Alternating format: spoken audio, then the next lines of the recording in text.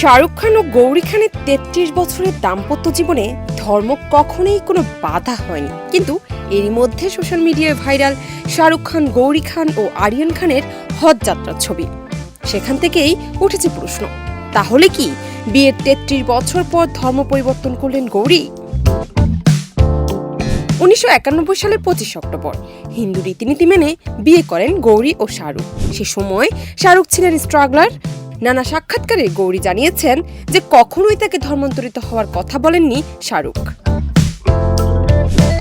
সম্প্রতি এক সাক্ষাতে গৌরী নিজেই জানান যে আরিয়ান তার বাবার ধর্মে বিশ্বাসী। আরিয়ান নিয়ম করে নামাজও পড়েন।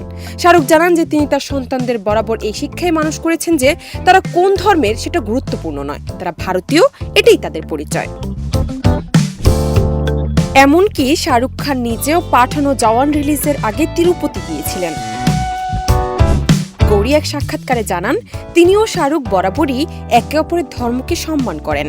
সর্বভারতীয় সংবাদ মাধ্যম সূত্রে খবর, শাহরুখ ও গৌরীর মক্কার যে ছবি ভাইরাল হয়েছে তা পুরোপুরি এআই দিয়ে তৈরি, তার সঙ্গে বাস্তবের কোনো সম্পর্কই নেই। জান্নাত নিপু, দেশ রূপান্তর।